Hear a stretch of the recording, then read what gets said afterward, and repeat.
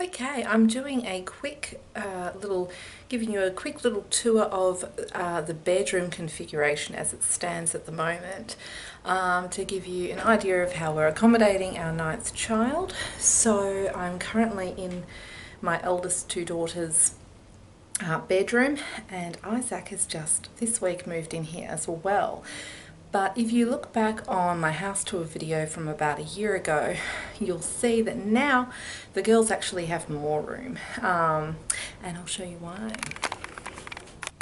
So I went to IKEA and we've gotten rid of their old beds, and now they have this very simple bunk bed, which is just a silver coated steel, very heavy, very sturdy. I'm really happy with it. Now they have their closet there where they keep most of their clothes, and then they have some drawers that they share there. They really could do with some more drawers, but I do have some room and I might put another set of drawers there, and then they'll each have a set. And I don't know if you can tell, I have the door closed just because people have TV on downstairs. I didn't want too much noise pollution. But there's lots of room. This is a very big mat, and so there's actually lots of room for them to do whatever. I'm going to get another, what do you call it, a trundle bed. You can get a trundle to go with this particular bunk set, and so that can pull out, and that will actually just go quite nicely on sort of half of this mat if they have a friend over. So I'm very happy with that bunk bed. It was inexpensive and it's really sturdy. So that's what we're doing with the girls now, and that is because if I put myself onto the other side of the room, and sorry, I don't have the blind up much because it's 40 degrees outside today, very hot, and I'm actually going to put that down fully when I'm out of here. I put it up a little bit for some extra light. But as you can see, little Isaac has his own side of the bedroom now. And again, lots of room. So he's got his own set of drawers that, again, I just bought new from IKEA the other day. Really sturdy, really heavy drawers.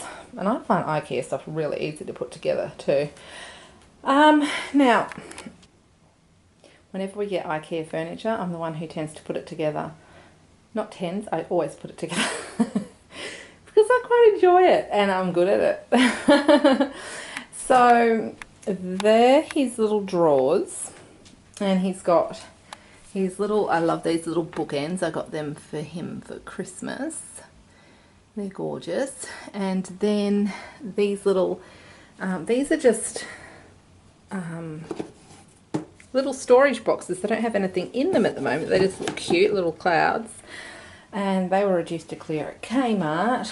And then he's got his cot, which he had in our room, and he doesn't sleep with pillows yet. We take them out when he sleeps, but they're cute, and I got them again on clearance at Kmart for like $2 for each pillow. And I got those little storage boxes for $1 for the two of them, so that was really good. And then also he has most of his toys in the playroom. Most of the kids have the majority of their toys in the playroom. It just is easier that way to keep their bedrooms tidy. But he does have this little little sack of toys there. Again, I got that on clearance for $3 at Kmart. Pretty good. So that's how we have the setup. The girls are very happy to have Isaac in their room. That's actually what they wanted. I was thinking up solutions as to which room Isaac should go into initially.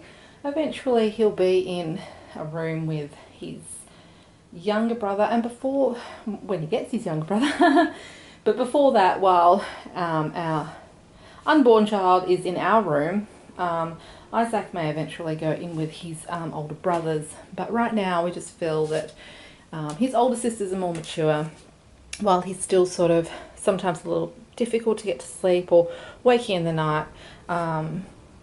They sort of just don't mind me coming in and dealing with that. It's less disruptive to them than it would be to the other boys, and they might actually be disruptive to Isaac at this point. So, but what the girls are going to do is they're going to share who goes on the top and who goes on the bottom. I said, every time you change your bedding, just switch. So realistically, that's probably only every 2 weeks, and they'll switch over. Now, what I want to do, because with their older beds, they were wooden, so they had like a good chunk of wood on the ends of their beds to put books and things like that. They don't have that with this. So what I'm going to do, I'm sure at IKEA they sell like bed bags that will hook on so they can keep some books in their bed, and that way, you know, they can always easily access their books and not have, my kids are all readers, they really are, so then they don't have to have books, you know, all over their bed, under their pillow and all that sort of thing. And Ava has a Myo brace, which is like a sort of like a plastic retainer, I suppose, that she wears at night. So I want to get some, sort of a bag that they can put books in, but that also has a couple of little pockets for other things like that. And that'll be really handy. So I'll either find that at IKEA, because I'm sure I've seen them, or I'll look elsewhere online. But so yeah, quite basic. My kids don't keep much stuff in their rooms. And also I was quite happy with these, and IKEA are not paying me obviously to say all this stuff, but I got some drawer organisers too, just for his top drawer, for his little things, because he still has, you know, bibs and little singlets and little jammies and that sort of thing. And then I've got his summer, you know, shorts and t-shirts in one, and then stuff for cooler days down the bottom. So that works well. And then I've got his shirts and hoodies and stuff just hanging up in the girls' closet. So that is the solution. That's where Isaac is now, and he's very happy, and I'll show you where the new baby's going to go. So now I'm in my room, and this is the setup we had when Isaac was a newborn. So we did have his cot in here until this week. Before that, he had this bassinet, which we've now, that was then being stored in the girls' room. They were keeping dolls in there, and now it's in here again, waiting for the new baby. Still quite a while to wait, 18 weeks. But and there's a mattress protector on here, and obviously it's going to get dusty and stuff, so it's all going to be stripped obviously before the baby's born and washed and everything. But that's just here now, because it's easy to store, lots and lots of space. I really love this little corner. This is one of the things that really drew us to this house. Is we were newly pregnant with Isaac at the time, and we saw that space and thought, oh, perfect for a little baby. So, and then I've still got Isaac's change table here, which I'll just keep here for the new baby, and Isaac will still need it too. And I love it because it's got drawers, so I can keep everything in. I really need to organise that. I'll do a video on that another day when I sort myself out. And I've already got 3 boxes of the newborn Huggies. They're in there somewhere. Because I got them on super sale. They were like $23 a box at some point.